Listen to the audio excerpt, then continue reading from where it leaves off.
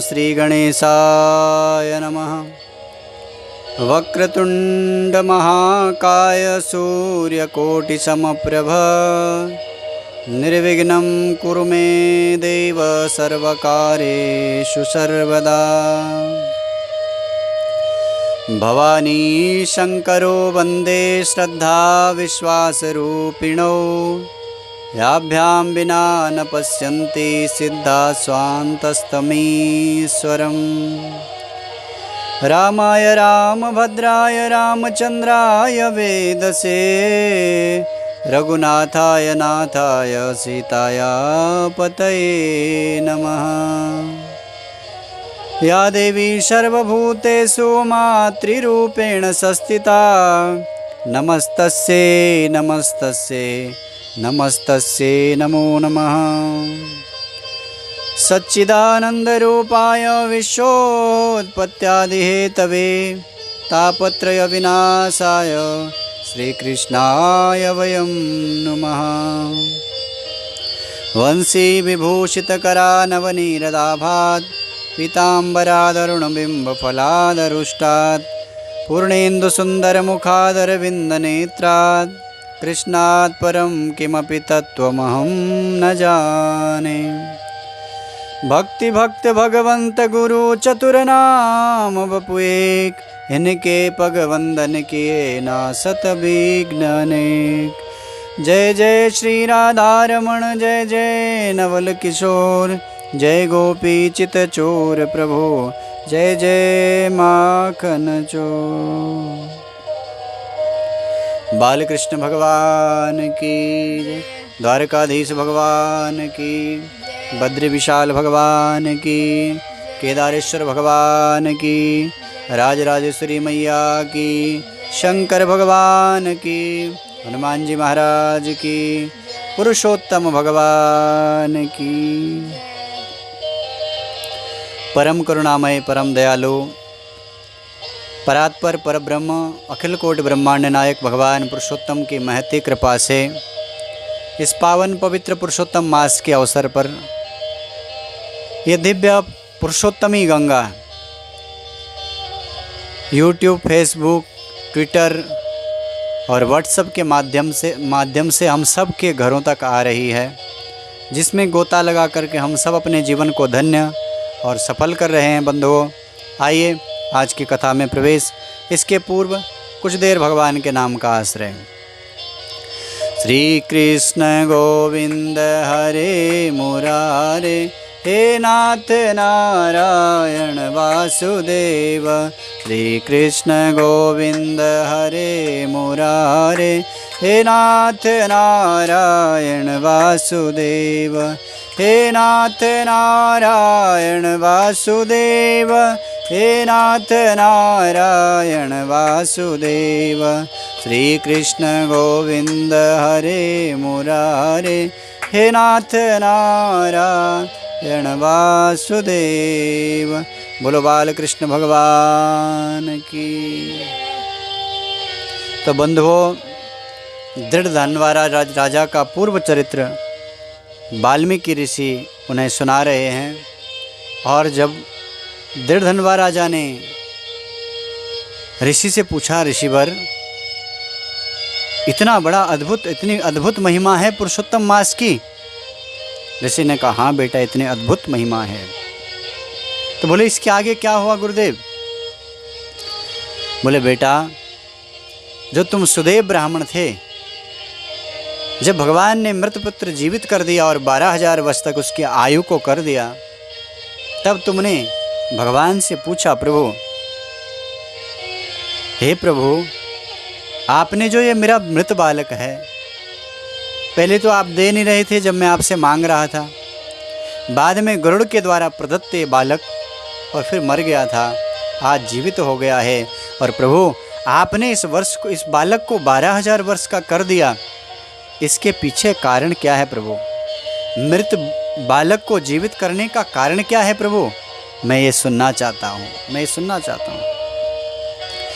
द्विजराज कृतं व्यत्ते नैतदन्य करिष्यति न त्वद्वेति भवान् नूनं येनाहं तुष्टिमाप्तवान्। भगवान पुरुषोत्तम नारायण उस ब्राह्मण से कहने लगे, ब्राह्मण जो तूने किया है भैया, आज तक इसको किसी ने किया नहीं। अरे भाई, अयम मम प्रियो मासः प्रयात पुरुषोत्तमः, ये मेरा प्रिय महीना है भैया पुरुषोत्तम का, जिसका तेरे द्वारा अनायास व्रत हो गया।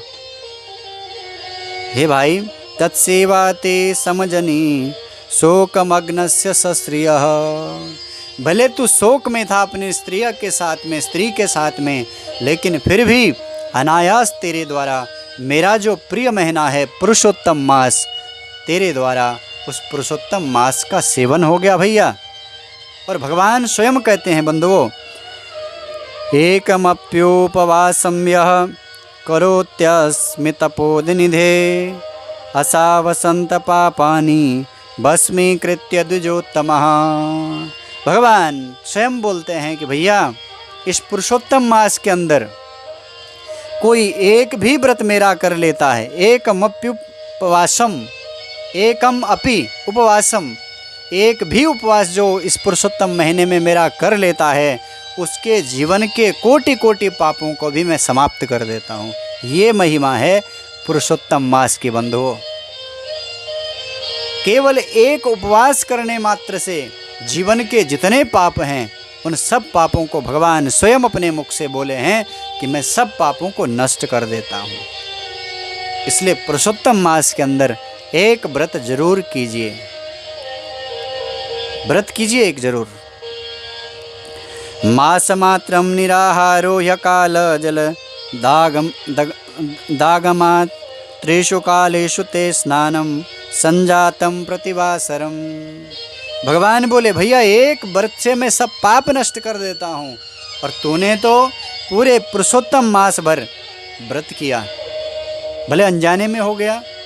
पूरे पुरुषोत्तम मास में जो गंगा स्नान का, नदी स्नान का फल है, वो फल तुझे, भले तू दुख में था, चिंता में था, लेकिन फिर भी वो स्नान का फल तुझे मिल गया। शोक सागर मग्नस्य पुरुषोत्तम सेवनम अजानतोपि संजातम चेतना रहितस्य ते। तेरी चेतना शून्य जैसी हो गई थी, फिर भी तेरे द्वारा इस पावन पवित्र पुरुषोत्तम मास का सेवन हो गया, इसलिए भैया मैं तुझसे प्रसन्न हूँ। तानि सर्वाणि संग्रिह्य लोकतः पुरुषोत्तमा। जितने भी अन्य साधन हैं, अन्य मासों के जितने साधन हैं, उन सारे मासों के जो साधन हैं, एक बार ब्रह्मा जी ने सत्यलोक में तराजू बांध करके एक तरफ सारे साधनों को रख दिया और एक तरफ केवल पुरुषोत्तम मास को रखा, तो पुरुषोत्तम मास ही भारी रहा, क्योंकि पुरुषोत्तम मास की महिमा अद्भुत है बंधुओं, अद्भुत है। पुरुषोत्तम मासस्तु सर्वात्रि तपोधना तथापि पृथ्वी लोके पूजितो सकलो भवेत। इसलिए भगवान स्वयं करते हैं भैया, इसलिए इस पुरुषोत्तम मास का सेवन करो, इसका पूजन करो, इसका भजन करो। तस्मात् सर्वात्मना वत्स भगवान धन्योसि सांप्रत। भगवान कहते हैं भैया, इसलिए तू धन्य है, तू पूजनीय हो गया है। मानुषम जन्म संप्राप्य मासे श्री पुरुषोत्तमे स्नान दान दानादिरहिता दरिद्रा जन्म जन्मनि। भगवान नारायण स्वयं कहते हैं, पुरुषोत्तम स्वयं कहते हैं कि हे ब्राह्मण, ये पुरुषोत्तम मास अगर किसी का स्नान से, दान से रहित बीता है, तो वो अगले जन्म में दरिद्री होता है। स्वयं भगवान पुरुषोत्तम कहते हैं कि जिसका ये पुरुषोत्तम मास स्नान से और दान से, यानी स्नान के बिना और दान के बिना जिसका ये पुरुषोत्तम मास बीत जाता है, भगवान कहते हैं अगले जन्म में वो दरिद्री होता है, जन्म जन्म का दरिद्री होता है। इसलिए बंधुओं, इस महीने में मैंने पहले दिन की कथा में भी आपसे निवेदन किया था, एक स्नान, दान, तप, इन तीनों का बहुत बड़ा फल है। इसलिए भजन भी कीजिए, जप भी कीजिए, स्नान कर रहे हैं रोज, तो गंगा जी का स्मरण करके, यमुना, कावेरी, कृष्णा पवित्र नदियों का स्मरण करते हुए स्नान कीजिए। तो जो गंगा स्नान का, नदियों का स्नान का फल है वो आपको अपने बाथरूम के अंदर मिल जाएगा। स्नान का फल आपको मिल जाएगा। नित्य भगवान के मंत्र को जपिए, भजन कीजिए, मंत्र जाप कीजिए ओम नमो भगवते वासुदेवाय का। और साथ में अगर आपके जीवन में भगवान ने सामर्थ्य दिया है, दान किसे करना चाहिए?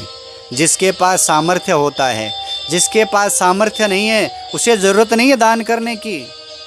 मैं तो बार बार लोगों से निवेदन भी करता हूँ, दान उतना दीजिए जितना आपके पास सामर्थ्य है, उतना ही दीजिए। पर आपको अगर सामर्थ्य ज़्यादा है और आप कम देते हैं तो ये गलत बात है। अगर आपके पास सामर्थ्य नहीं है तो मत दीजिए। कहीं ऐसा नहीं लिखा है कि आपको दान देना ही पड़ेगा। अगर भगवान ने आपको सामर्थ्यवान बनाया है, आपको दिया है, तो अपनी योग्यता के अनुसार दीजिए। कहीं भगवान ऐसा विचार न करें कि ऐसे मूर्ख को मैंने दे दिया जो देता भी नहीं है। बंधुओं, जीवन का भरोसा नहीं, कब जीवन बीत जाए। शुभ संकल्प मन में आते हैं, करते चले जाओ। आपकी योग्यता अगर भगवान ने दी है, आपके पास है, तो दान देते जाना। मैं ये नहीं कहता कि मेरे को दान देना, आप जिसको देना है, मेरे को मत दो। आप जिसको देना है उसको दो, ब्राह्मण को दो। मैं तो बार बार निवेदन करता हूँ, गरीब को दो, अनाथ को दो, असहाय को दो, उसको दो जिसको ज़रूरत है। जिसको भूख लगी है उसको अन्न दीजिए, जिसको जल की ज़रूरत है उसे जल दीजिए, जिसको कपड़े की ज़रूरत है उसे कपड़ा दीजिए। शीत में कोई ठिठुर रहा है और आप कह रहे हैं मैं तो बद्रीनाथ जाके ही दान करूँगा। आपका दान किस काम का? कोई प्यासा मर रहा है, आप तो कह रहे हैं कि मैं राजस्थान ही जाके पानी दूंगा। अरे तेरे पास में जो प्यासा है तो उसको जल देना भाई, तो उसको जल दे। तेरे घर के बाहर पे गरीब बैठा हुआ है, तू तो कहता कि नहीं नहीं मैं तो वृंदावन जाके करूँगा।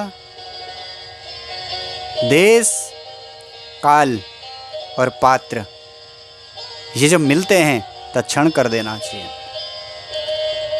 पुरुषोत्तम मास में दान जरूर कीजिए, भजन जरूर कीजिए।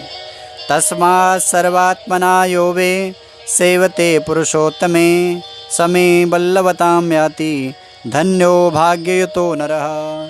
इस पुरुषोत्तम मास के अंदर भगवान कहते हैं जो सभी तरह से मेरा पूजन भजन जाप करता है वो मेरे लोक को आता है और धन्य हो जाता है। भगवान नारायण एवं मुक्त्वा हरिं शीघ्रं जगामं जगदीश्वरं बैनतेय समारुह्य वैकुंठम अमलम मुने। सूत जी शौनकादि ऋषियों से कहते, ऋषियों भगवान पुरुषोत्तम ने उस ब्राह्मण को ऐसा कहा और फिर गरुड़ के ऊपर भगवान आरूढ़ हो गए और भगवान वहाँ से चले गए।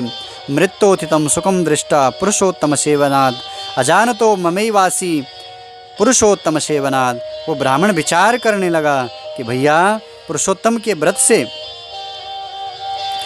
इस पुरुषोत्तम मास का उपवास अनायास मेरे से हो गया, फिर भी मुझे इतना इसका फल मिला। मेरा बेटा, मृत बेटा जीवित हो गया। मुझे पुरुषोत्तम का सेवन करना चाहिए। और निश्चय कर लिया कि अगला जो पुरुषोत्तम मास आएगा, मैं इस पुरुषोत्तम मास में भगवान का जप करूँगा, भगवान का पूजन करूँगा। पूरे पुरुषोत्तम मास में स्नान करूँगा, नित्य पवित्र नदी में जा कर के नित्य भगवान का स्मरण करूँगा। भुक्त्वात् विषयान् सर्वान् सहस्राब्द्यर्निशं जगाम परमं लोक सपत्नी को द्विजोत्तमः। फिर पुरुषोत्तम मास आया, पत्नी के साथ उसने भगवान पुरुषोत्तम का आराधना किया और उस व्रत के प्रभाव से उसको भगवान का लोक मिला। वो सुदेव ब्राह्मण भगवत धाम चला गया। पुरुषोत्तमस्य मासस्य सेवनात् सकलद्रिवाक् महिषी अंपुराम राजम गौतमी पतिदेवना। उस व्रत के प्रभाव से अपनी पत्नी के साथ सुरलोक, देवलोक, स्वर्गलोक गया और वहाँ बहुत वर्ष तक उसने स्वर्ग का भोग किया और फिर इस धरती पे आकर के वही दृढ़धन्वा राजा बना और अत्यंत कृपया विष्ट चिंतयामास कीरजा न बोधयामि चेद्रूपम ममापि वंदनम भवेत्। वधार्य वचस्तेदम कीरजो जीदगन नृपः इत्येतत् कथितं सर्वं यद्दृष्पृष्टं त्वया नगः। वही राजा से वाल्मीकि जी कहते हैं कि वही जो तुम्हारा बेटा सुख था, वही तो सुख तोते के रूप में आकर के तुम्हें ज्ञान देने के लिए आया।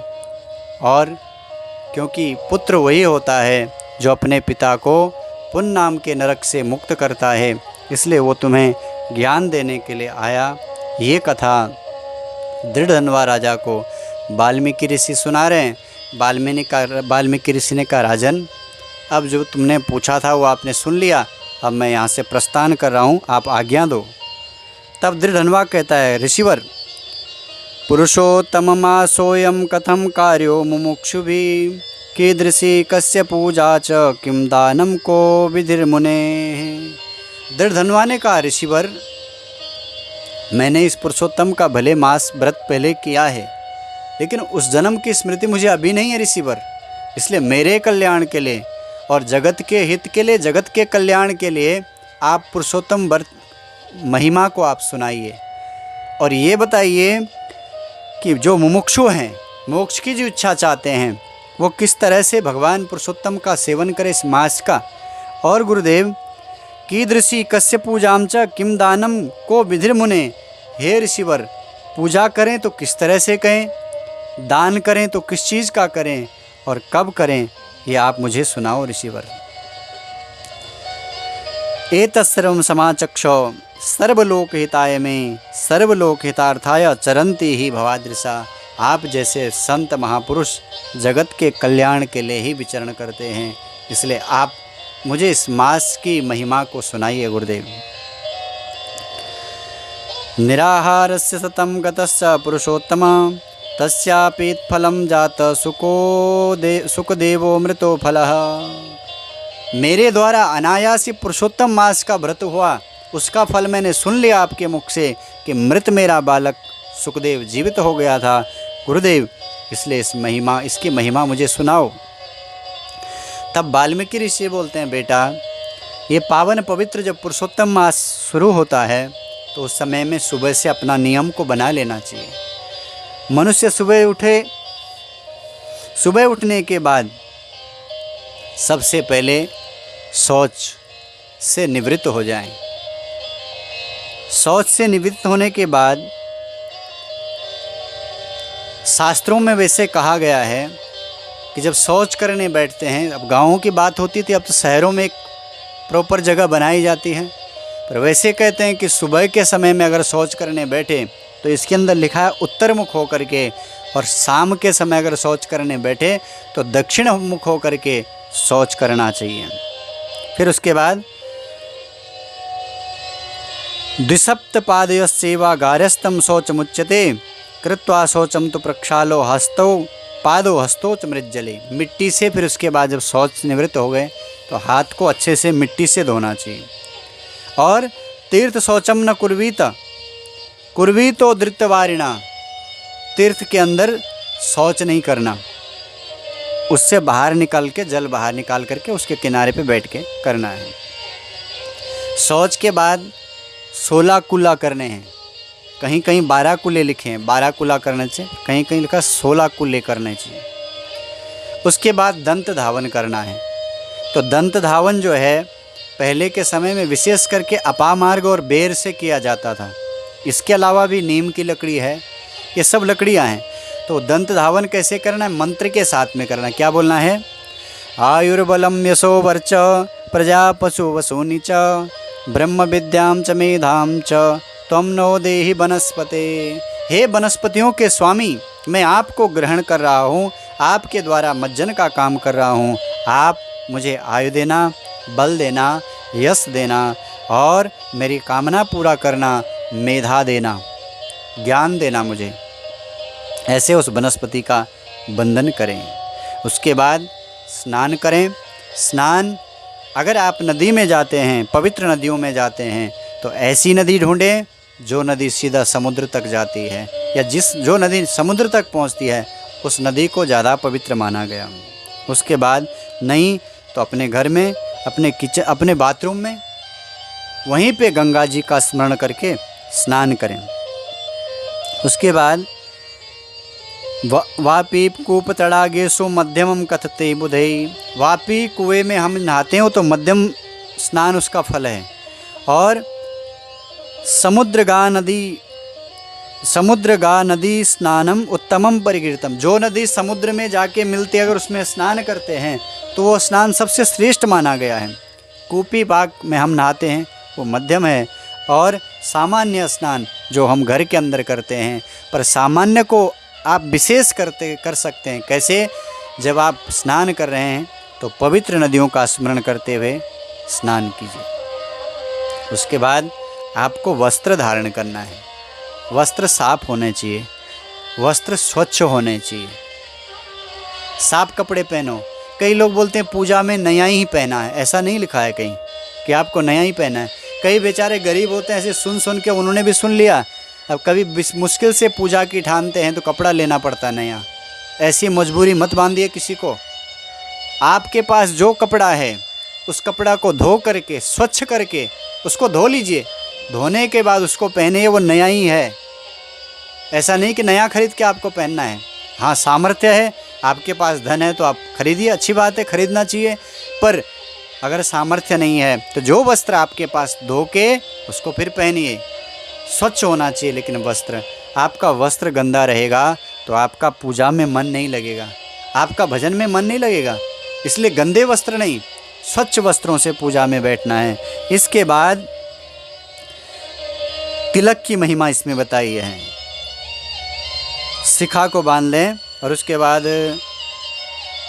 तिलकम कुर्योद गोपी चंदन आचम्य तिलकम कुर्याद गोपी चंदन स्मृतया। भगवान कहते हैं, नारद से कहते हैं, हे नारद, जब स्नान कर लिया उसके बाद भाल में तिलक लगाना, टीका लगाना। तिलक की अद्भुत महिमा इस पुराण के अंदर वर्णन की गई है, और अन्य पुराणों में भी बंधुओं टीका का बहुत महत्व है। आज हम लोग टीका नहीं लगाते माथे में, तिलक की अद्भुत महिमा है।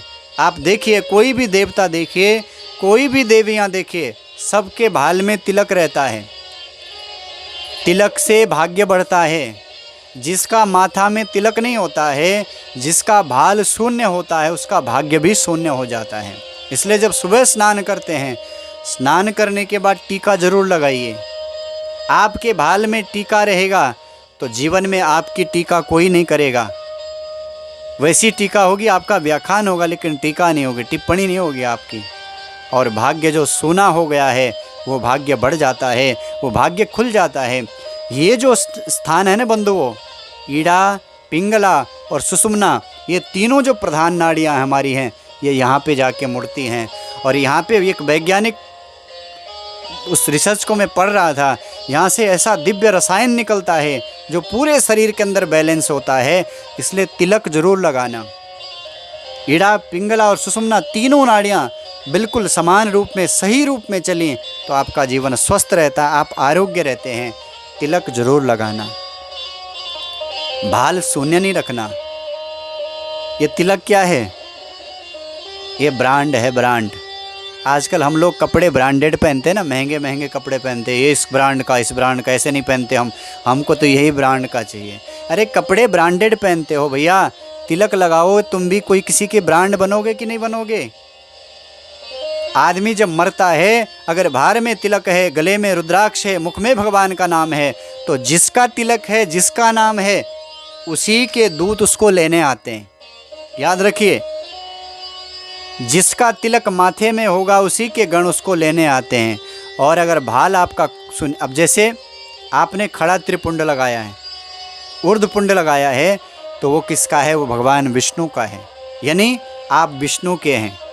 आपकी ब्रांड क्या है? आप विष्णु के भक्त हैं। आप तिलक से बता सकते हैं कि ये विष्णु भक्त है। अगर आपने ऐसे तिरछे में लगाया है तो कोई भी कहेगा कि ये शैव है, शिव भक्त है। और आपने बिंदी लगाई है तो कोई भी कहेगा कि ये माँ भवानी का भक्त है, ये देवी का भक्त है। ऐसे तिलकों की महिमा है। और बाल में आपका तिलक रहेगा, ऊपर का तिलक रहेगा, कब मृत्यु हो जाए इसका भरोसा तो है नहीं। ऐसे नहीं कि 100 साल जीना ही है, 60 साल जीना ही है, ऐसा ठिकाना तो है नहीं। चलते चलते आदमी मर जाता है, बैठे बैठे, खाते खाते, पीते पीते मर जाता है। और भाल में तिलक रहेगा तो बंधुओं, जिसका तिलक रहेगा उसके गण लेने आएंगे। अगर तिलक नहीं रहेगा, खाली भाल रहेगा, तो बोलेंगे न विष्णु का है, न ब्रह्मा का है, न देवी का है, तो किसका है? बोले लावारिस है। लावारिस का क्या करते हैं? क्या करते हैं म्यूनसिपाल्टी वाले? उठा करके लेके फेंक देते हैं कहीं। फेंक दो भाई, भट्टी में इसको जला के ख़त्म कर दो। और अगर तुम्हारे भाल में तिलक रहेगा तो उसके गण तुम्हें लेने आएंगे। जिसका भाल में तिलक रहेगा वो तुम्हें उस देवता के लोक ले जाएंगे। श्रीमद् भागवत के अंदर इसका वर्णन आता है। भगवान कहता है जिसके भाल में तिलक है, जिसके गले में माला है, जिसके मुख में भगवान का नाम है, यम अपने दूतों से कहता भैया उसको यहाँ यमलोक मत लाना, उसको तो उसी के धाम जाना है जिसका तिलक उसके भाल में है। इसलिए तिलक की अद्भुत महिमा है। और याद करिए, रामायुध अंकित गृह शोभा वर्णि न जाए। जब हमारे हनुमान जी लंका में गए तो उन्होंने क्या देखा? वहाँ पे रामायुध अंकित गृह चिन्ह थे बने, बाहर राम राम लिखा था। पहचान गए कि ये राम का भक्त का घर है। ऐसे ही आपके भाल में तिलक रहेगा तो भगवान के दूत पहचान जाएंगे कि हमारे भगवान का है और हमको भगवत धाम ले जाएंगे। इसलिए तिलक की बहुत महिमा है। गोल तिलक लगाइए, त्रिपुंड लगाइए, ऊर्ध्वपुंड लगाइए, जैसे आपको अच्छा लगता है वैसे लगाइए। सफ़ेद लगाइए, पीला लगाइए, लाल लगाइए। तिलक की अद्भुत महिमा है। हर तिलक का एक अलग अलग भाव है। ये जो लाल तिलक है इसको वशीकरण वाला बोलते हैं, अपनी ओर खींचता है। वशीकरण जिसको बोलते हैं अपनी ओर खींचता है लाल तिलक। और पीला तिलक जो हम लगाते हैं सिद्धि को देने वाला है। रिद्धि और सिद्धि उसके पास रहते हैं जिसके भाल में पीला तिलक रहता है। जो सफ़ेद तिलक लगाता है वो ज्ञान का प्रतीक है। और हमारे भगवान शंकर भस्म धारण करते हैं, वो सफ़ेद है। ज्ञान के भी देवता हैं हमारे शिव। इसलिए बंधुओं तिलक जरूर लगाइए। तिलक लगाने से क्या होता है? सर्व पाप क्षयकरम पूजांगम परिकीर्तितम। ये तिलक जीवन के सब पापों को समाप्त करता है। और साथ में बंधुओं तिलक पूजा का एक अंग है। पूजा में ज़रूर ही तिलक लगाइए, नित्य तिलक लगाइए। तिलक की अद्भुत महिमा है। बिना तिलक का भाल मत रखिए, नहीं तो भाग्य भी शून्य हो जाएगा। इसके बाद क्या करें? जब तिलक लगा लिया तो संध्या वंदन आदि करें। करते हैं संध्या वंदन आदि सभी लोग दूर दूर। इस बार पहले तो ये पुरुषोत्तम मास की कथा हमारी यहीं थाना के भक्त लोग सुन पाते थे, पर इस बार भले लॉकडाउन लगा हुआ है, पूरे देश में जहाँ जहाँ हमारी कथाएं होती हैं सभी जगह के भक्त इन वीडियो के द्वारा इस कथा को सुन रहे हैं। और सब जगह से लोग शुभकामनाएं भी दे रहे हैं। मैं आपसे भी निवेदन करूंगा, आप भी जहाँ जहाँ कथा सुन रहे हैं और वीडियो देख रहे हैं तो साथ में कमेंट भी कीजिए, तभी तो मुझे पता चलेगा कहाँ वाले सुन रहे हैं। देहरादून वाले कई लोग सुन रहे हैं, दिल्ली से सुन रहे हैं, यहाँ महाड़ के हमारे भक्त सुन रहे हैं, यूपी के बहुत सारे, गोंडा जिला के और उसके अलावा भी यूपी के बहुत सारे लोग कथा श्रवण कर रहे हैं। बम्बई के हमारे कई लोग कथा का श्रवण कर रहे हैं।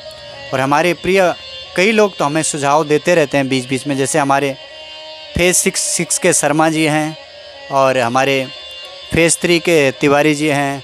आप बार बार सुझाव देते रहते हैं, उसके अनुसार कथाओं का रूप भी अब बड़ा सुंदर बन रहा है। और भी हमारे अग्रवाल जी हैं और यहाँ जैस्मिन टावर के भी अग्रवाल जी हैं। कई लोगों का प्रेम आप सबका मिल रहा है। सभी लोग आप हमको कुछ ना कुछ सुझाव देते रहते हैं कि इस तरह से हमें भेजिए, तो उस तरह की हमें कोशिश भी करते हैं। आप सभी को, मेरे भाई बहनों को ये बहुत प्रसन्नता है कि पूरे देश के अंदर आप सुन रहे हैं। आप वीडियो जब सुनते हैं तो बाद में कमेंट भी किया करो, तब मुझे पता लगेगा कौन कौन सुन रहा है। और निवेदन ये भी है कि इस कथा को आप खूब अधिक से अधिक लोगों को सुनाओ। शेयर ज़रूर करो वीडियो को। आप शेयर करेंगे, आप सुन रहे हैं, आपके जैसा, आपके शेयर से आपका बंधु भी सुनेगा, आपका दोस्त भी सुनेगा, आपका मित्र भी सुनेगा, तो उसको भी पुरुषोत्तम मास की महिमा को पता चलेगा, उसको भी कुछ लाभ होगा, वो भी पुण्य अर्जित करेगा। बंधुओं, आप अकेले पुण्य लोगे? अरे बांटो इसको, ये तो अमृत है, इसे बांटना है। इसलिए ज़रूर शेयर कीजिए। तो भगवान स्वयं कहते हैं उसके बाद कुछ नियम होना चाहिए। संध्या वंदन आदि करो, अरे कुछ ना कुछ सुबह का नियम रखो, निरंकुश मत रहो। कई लोग उठते पहले चाय पानी नाश्ता सब कर लेते हैं, कोई पूजा वूजा भगवान का नाम नहीं। अरे जिसने पूरा जीवन दिया है, शुक्र मना तुझे सब कुछ खाने के लिए मिल रहा है, थोड़ा तो नियम बांधो। नित्य का नियम बनाइए कुछ ना कुछ। उसके बाद फिर कलश स्थापना कीजिए। सुंदर नीचे ज़मीन को शुद्ध करके जहाँ पे आपने पूजन करना है भगवान का, वहाँ पे कलश की स्थापना कीजिए। कलश की स्थापना कैसे करते हैं, मेरा एक वीडियो पीछे नवरात्रि का हमने पिछले बार बनाया था, उसमें एक कलश स्थापना का वीडियो है। तो उसमें हमने मिट्टी के ऊपर कलश को स्थापना किया। तो वैसा नहीं करना है, मिट्टी के ऊपर नहीं, वो तो केवल नवरात्रि में किया जाता है। बाकी सामान्य रूप से बिना मिट्टी के उस कलश को चावल के ऊपर स्थापित करना है। और इसमें वही बताया गया कि लोहे का, स्वर्ण का हो, चांदी का हो, पीतल का हो, तांबे का हो, ये कलश होना चाहिए। उसमें जल भर दें, उसके अंदर अक्षत, पुष्प, द्रव्य, गंध, अक्षत ये सब उसमें डाल दें और उसमें भगवान विष्णु का स्मरण करें।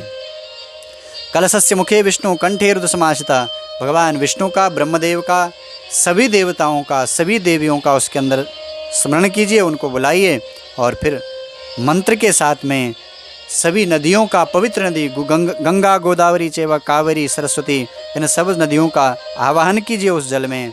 और उसी के ऊपर एक थाली में सुंदर पुष्प बिखेर करके उसके ऊपर भगवान नारायण और लक्ष्मी यानी भगवान पुरुषोत्तम कृष्ण और राधा जी की मूर्ति अगर आपके पास है तो वो मूर्ति उसके ऊपर स्थापना कीजिए। और वो मूर्ति नहीं तो केवल गोपाल जी आप रख सकते हैं, विष्णु भगवान की तो वो रख सकते हैं। अगर वो भी नहीं है तो शालिग्राम आप उसके ऊपर रख करके उसमें पूजन करना चाहिए। भगवान नारायण नारद से कहते हैं कि पुनर्ग्रामा पुनर्वित्तम पुनः पुत्रा पुनर्गृहम पुनः शुभाशुभम कर्म न शरीरम पुनः पुनः पुनः पुनः। भगवान कहते हैं भैया गांव आपको फिर से मिल सकता है, वही गांव आपको फिर से मिल सकता है, धन आपको फिर से मिल सकता है, पुत्र आपको फिर से मिल सकता है, पुनः शुभाशुभम शुभ और शुभ जीवन में फिर किसी जीवन में फिर मिल सकता है। पर शरीर बार बार नहीं मिलता। सब कुछ मिल सकता है पर शरीर बार बार नहीं मिलता है। और इस शरीर का फल क्या है? देह रूपस्य वृक्षस्य फलम धर्म सनातनः। इस शरीर का फल केवल और केवल धर्म करना है, जिस धर्म के द्वारा हमें साक्षात नारायण की प्राप्ति हो जाए। यही शरीर का फल है। घर बना लिया, बंगला बना लिया, कोठी बना लिया, महंगी गाड़ी खरीद लिया, ये भी ठीक है साहब, संसार में सब चाहिए, लेकिन वास्तव में अगर देखा जाए तो शरीर का जो परम फल है वो भगवान की प्राप्ति है। अगर इस शरीर से हमें भगवान की प्राप्ति ना हुई तो न जाने फिर कौन से योनि में भटकना पड़ेगा। इसलिए शरीर माध्यम खलु धर्म साधनम, ये शरीर धर्म का साधन है। इस शरीर के द्वारा हमें भगवान को प्राप्त करना है, ईश्वर को प्राप्त करना है। मौत ने जमाने को ये समा दिखा डाला, कैसे कैसे रुस्तम को खाक में मिला डाला। मौत आए इससे पहले सारी तैयारी हमें कर लेना है, ताकि यहाँ से जाने के बाद ये पछतावा ना रहे कि मनुष्य शरीर हमें मिला, हमने ये शरीर व्यर्थ में गवा दिया। कहीं बुढ़ापे में बिस्तर में पड़े पड़े हम पछताए नहीं, कहीं बिस्तर में हम पछताए नहीं ये कि हमने इतना अच्छा जीवन मिला, सब कुछ मिला, लेकिन फिर भी भगवान का भजन नहीं किया, दान नहीं किया, शुभ कर्म नहीं किया। ऐसा पछतावा न रहे जीवन में। इसलिए अभी भी हमें जग जाना है, अभी भी हमें जग जाना है। धर्महीनस्तु यो देहो निष्फलो वन्य वृक्षवत। जो जीवन बिना धर्म के बीत जाता है वो बंद वृक्ष के समान है। जिस वृक्ष में फल नहीं लगते हैं, उस वृक्ष में कोई पक्षी अपना घोंसला नहीं बनाता, उस पेड़ में कोई पक्षी अपना डेरा नहीं बनाता। ऐसे शुष्क को कौन बनाएगा साहब। इसलिए ऐसा जीवन मत बिता देना। क्यों? मरने के बाद न माता सहाय है, न बंधु तुम्हारी सहायता करेगा, न बाप करेगा, न भाई करेगा, न पिता करेगा, न पड़ोसी करेगा। सहायक केवल और केवल आपका है। तो आपका धर्म है, आपका पुण्य है, आपका भजन है, यही आपका साथ देने वाला है। बाकी कोई आपका साथ नहीं देने वाला है। और जीवन भैया ये तो जल में तरंगों की तरह है, न जाने कब चला जाएगा। जवानी फूल की तरह है। शास्त्रों ने कहा कि जवानी फूल की तरह होती, खिला शाम तक में उसे फिर मुरझा जाना है। इसलिए जब तक खिला है, खिले खिले में कुछ अच्छा काम कर दे जाना है।